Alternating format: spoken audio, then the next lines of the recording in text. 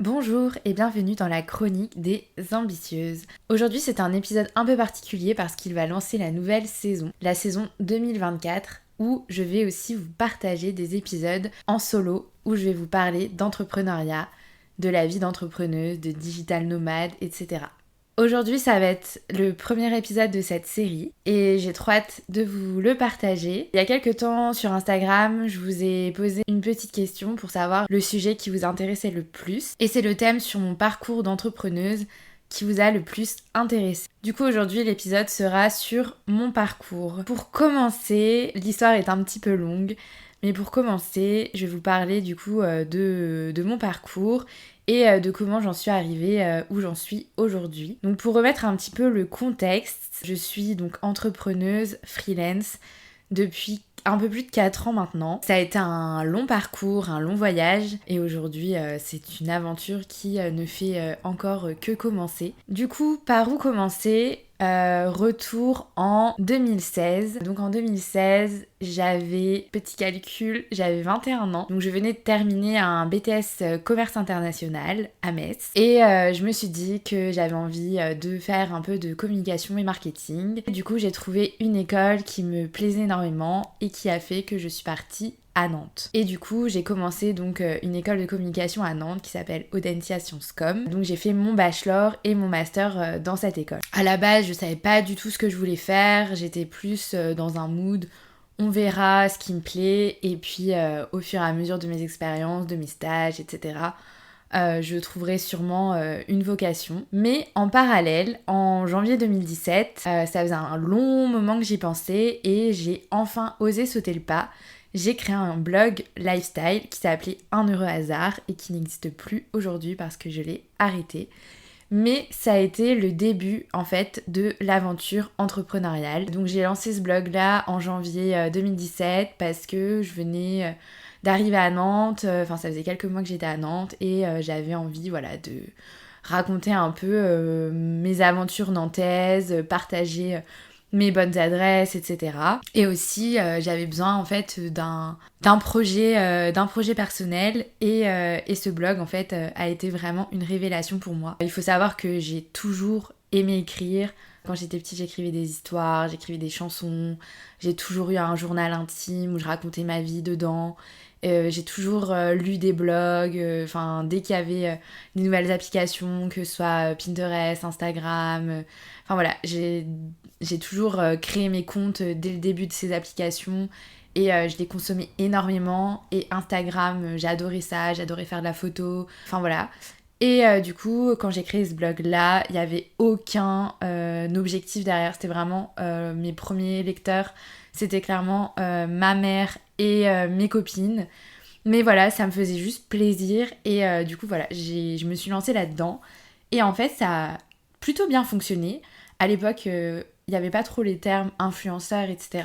Et du coup, c'était vraiment le début, on va dire, de l'influence. Et du coup, il y avait un champ des possibles à ce niveau-là. Et du coup, donc j'ai commencé à raconter un peu ma vie nantaise, et que ce soit sur mon blog ou sur mon compte Instagram. Et ça a super bien fonctionné. En quelques mois, j'ai dépassé les 4-5 000 abonnés. Sachant que je partais vraiment de zéro et j'ai commencé à avoir quelques petits partenariats, j'ai été invitée dans des petits restos à Nantes, etc. etc. Et puis en 2018, donc j'ai continué ce blog et au bout de 1 an et demi de blog, j'ai commencé à me dire j'adore vraiment ça, j'adore les réseaux sociaux, j'adore écrire, j'adore partager. En fait, je crois que j'ai envie d'en faire mon métier et c'est un peu comme ça que ça m'est venu. Sachant que j'avais fait des stages en parallèle avec l'école où j'étais community manager.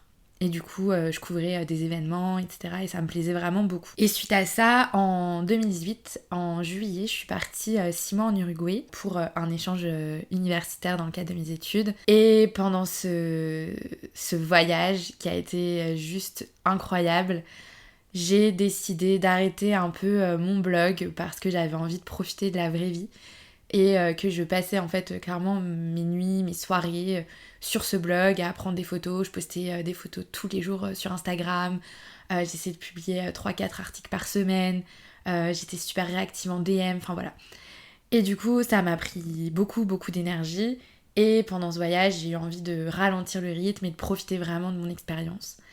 Et en revenant 6 mois après, j'ai tout arrêté. J'ai arrêté le blog. Et là, je me suis dit, ok, j'arrête le blog, mais par contre, j'ai besoin d'avoir un projet à moi. J'avais vraiment ce côté entrepreneurial qui se développait de plus en plus au fur et à mesure des années. Je pense que je l'ai toujours eu au fond de moi, j'ai toujours aimé avoir des projets. Enfin, quand j'étais petite, je pensais à lancer des marques. Enfin voilà, c'était vraiment un truc inné chez moi, j'ai envie de dire. En revenant en France en 2019, c'était ma dernière année de master en école. Et j'ai dit au tout début, j'étais community manager en alternance dans une agence de com à Nantes. Au tout début de mon alternance, j'ai dit, bah moi, à la fin de l'année, je crée mon entreprise, je deviens freelance et je me lance à mon compte. Tout le monde m'a dit, mais t'es complètement folle.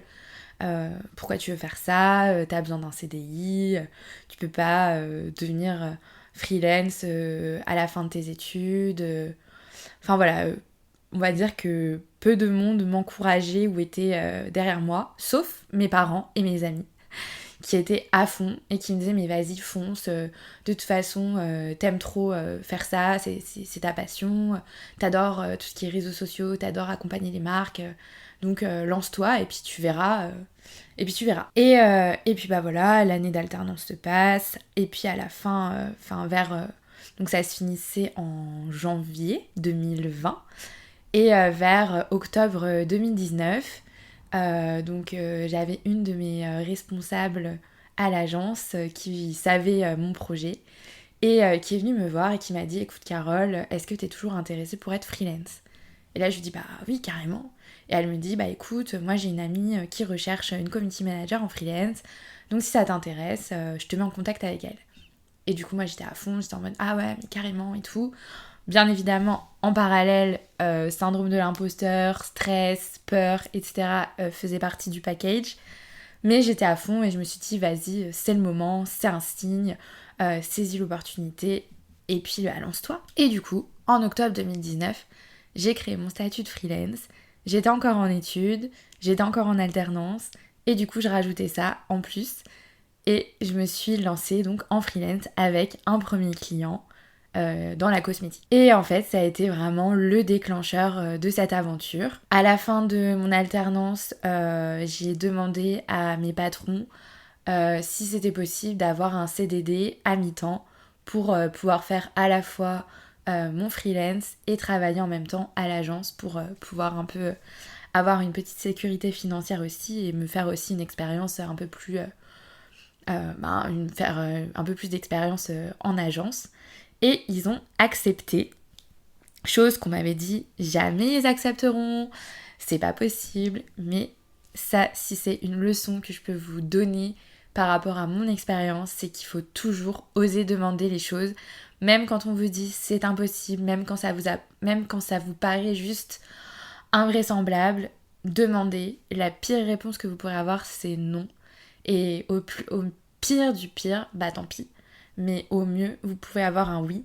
Et si vous avez un oui, bah ça peut être un élément déclencheur pour une nouvelle vie ou une nouvelle expérience. Donc du coup, on se retrouve en janvier 2020 et là, j'ai fini mes études. Je suis diplômée de mon master communication et médias spécialisé dans la création de contenu et je commence donc mon CDD à mi-temps en agence et mon freelance. Donc là, l'année se passe. Malgré le confinement durant l'année 2020, j'arrive à m'en sortir avec des clients. Tout se passe bien. J'avais pas d'objectif financier particulier, mais j'arrive à dépasser les 12 000 € de chiffre d'affaires.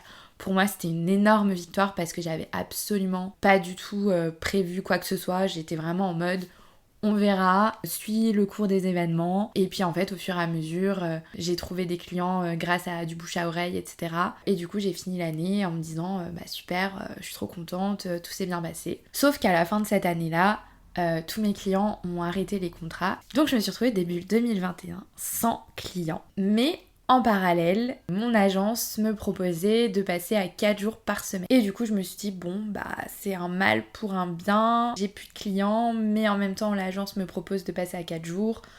Du coup, j'accepte.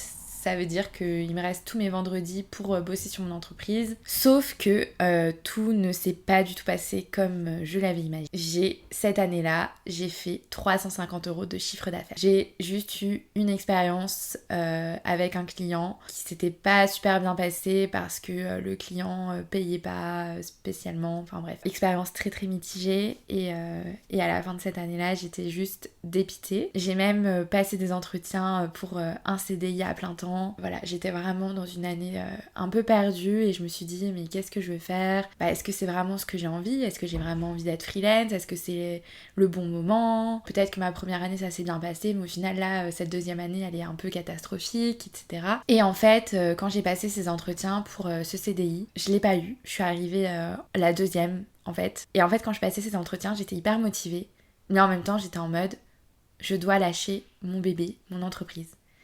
Parce que j'aurais jamais le temps en fait de gérer mon entreprise avec un CDI à plein temps, sachant que c'était vraiment un gros travail. Et quand j'ai pas été prise, ça a été un gros coup dur pour moi parce que j'avais un peu de mal à vivre des échecs, entre guillemets. Et au final, en fait, j'ai pris ça comme une leçon, j'ai pris ça comme un point vraiment hyper positif. Et je me suis dit, mais si t'as pas eu CDI, c'est pour une raison. C'est parce qu'en fait, tu dois continuer et tu dois t'accrocher pour ton freelance. Et du coup, fin 2021, je me suis dit, allez Carole, c'est le moment pour toi de te relancer et de te donner à fond. Et en fait, fin 2021, j'ai été contactée par une ancienne collègue à moi qui m'a proposé d'intervenir dans une classe de personnes qui se reconvertissaient pour devenir social media manager. Et du coup, je devais parler de mon expérience de freelance et salarié. Et du coup, j'ai passé cet après-midi à échanger avec ces étudiants qui avaient entre eux, on va dire, 25 ans et 40 ans, qui m'ont posé plein de questions, qui m'ont qui m'ont redonné une motivation mais énorme. Et je me suis dit, mais c'est ça en fait que j'aime. C'est ça, c'est transmettre, c'est parler de mon métier, et puis tout simplement, c'est être à mon compte. Et du coup, fin 2021, je me suis donné un objectif pour 2022. Je me suis dit, je dois dépasser les 10 000 € de chiffre d'affaires. Et à la fin de l'année, si j'ai dépassé ces 10 000 €, je me lance à 100%. Donc là, j'avais vraiment un objectif concret.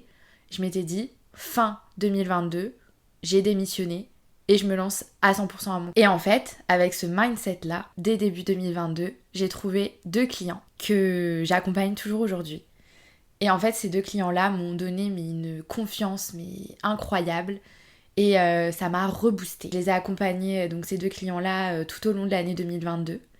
Et puis mi-2022, je suis contactée, j'ai un ami à moi qui me propose de reprendre des cours. En fait, il donnait des cours de social media à Nantes dans une école et il me dit, écoute, est-ce que ça t'intéresse ? Moi, j'avais toujours eu comme objectif de donner des cours de social media et du coup je me suis dit go, c'est le moment, c'est une opportunité, je fonce. Et du coup j'ai commencé à donner des cours de social media en septembre 2022 dans une école à Nantes. Et donc tout ça mélangé, je me suis dit ok, donc ça c'est vraiment le signe que tout se... que tout se concrétise, que je commence à voir que j'ai atteint même mon chiffre d'affaires, j'ai dépassé même mon objectif de chiffre d'affaires de l'année que je m'étais fixé pour me lancer à 100% à mon compte. Et du coup, je me suis dit, là, c'est le moment. Mais je me sentais pas de passer à 100% sans me faire accompagner. Et du coup, au même moment, j'avais une copine à moi, petit coucou à Léa, qui a d'ailleurs une interview hyper enrichissante et inspirante dans laquelle elle nous parle de harcèlement moral, dans lequel elle nous parle de son parcours à elle d'entrepreneuriat, dans la chronique des ambitieuses. Donc si jamais vous écoutez cet épisode et que vous n'avez pas encore écouté l'interview de Léa, je vous recommande vivement d'aller l'écouter après parce qu'il est juste magique et plein de good vibes et de conseils hyper inspirants. Donc ça, c'était cette petite aparté. Mais Léa m'a accompagnée en fait dans ma transition de salarié à 100% freelance. Et sans elle, honnêtement, je sais pas si j'aurais été aussi bien préparée pour quitter mon entreprise et pour me lancer à 100%. Du coup voilà, j'ai commencé cet accompagnement en septembre 2022 et en fait elle m'a accompagnée.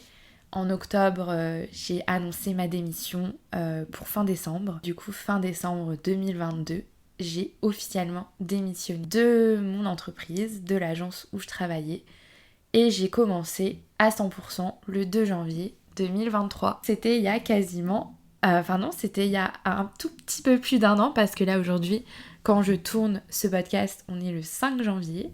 Donc c'était un parcours, on va dire, assez étape par étape. Moi, quand je vois mon parcours, si je le visualise, c'est des marches. Et en fait, chaque année, je montais des étages. Et aujourd'hui, je suis arrivée à un étage où on est en 2024 et je suis là où j'avais envie d'être, là où je me visualisais il y a 5 ans quand j'étais en études et que je disais bah voilà, moi dans 5 ans j'ai envie d'être 100% à mon compte, j'ai envie de donner des cours de social media et aussi j'ai envie de pouvoir travailler d'où je veux, quand je veux. Et c'est exactement ce que je fais aujourd'hui parce qu'en 2023 du coup, ça a été ma première année de 100% freelance. Alors ça a été une année très compliquée, d'ailleurs je pourrais peut-être vous faire un épisode dédié aux leçons que j'ai apprises durant cette première année de 100% freelance parce que ça a été vraiment des hauts et des bas. Clairement, le synonyme de mon année c'était les montagnes russes et j'en parle énormément sur mon compte Instagram pro. Si vous voulez d'ailleurs me suivre par là-bas, c'est Carole Rocha-pro. Sur ce compte Instagram, je vous raconte vraiment mon parcours, je vous donne mes conseils, mon mindset. Et puis récemment, j'ai commencé à vous parler de ma vie de digital nomade. Parce qu'en juin, j'ai pris la décision de partir de Nantes, de déménager, de vendre toutes mes affaires, enfin tous mes meubles, de quitter mon appart et de me lancer en mode digital nomade. C'est pour ça que je suis partie 2 mois en Australie de octobre à décembre et que là, on est le 5 janvier et que dans 3 jours, je pars au Costa Rica pour 1 mois. C'est une aventure vraiment incroyable. Pour moi, ce parcours, je l'avais pas forcément imaginé comme ça, mais je pense que à l'heure d'aujourd'hui, j'aurais pas imaginé mieux que ça. Tout simplement, je ne savais pas où je mettais les pieds. Je savais pas vraiment ce que je voulais au tout début. Et maintenant, en fait, avec les années, l'expérience, j'ai compris que bah oui, pour être entrepreneuse, il fallait de la motivation, il fallait se donner des objectifs concrets, les visualiser, mais il fallait aussi parfois s'accompagner, déléguer pour pouvoir en fait tout simplement aller de l'avant, faire grandir son entreprise, faire grandir son business et dépasser les steps quoi. Tout simplement. Donc, voilà à peu près mon parcours. Si je devais résumer un peu ce parcours, je dirais que ouais, ça a été une aventure vraiment de up and down. L'année 2020, super. L'année 2021, catastrophique. L'année 2022, reboostée à bloc. L'année 2023, au taquet. J'ai dépassé le chiffre d'affaires que je m'étais fixé.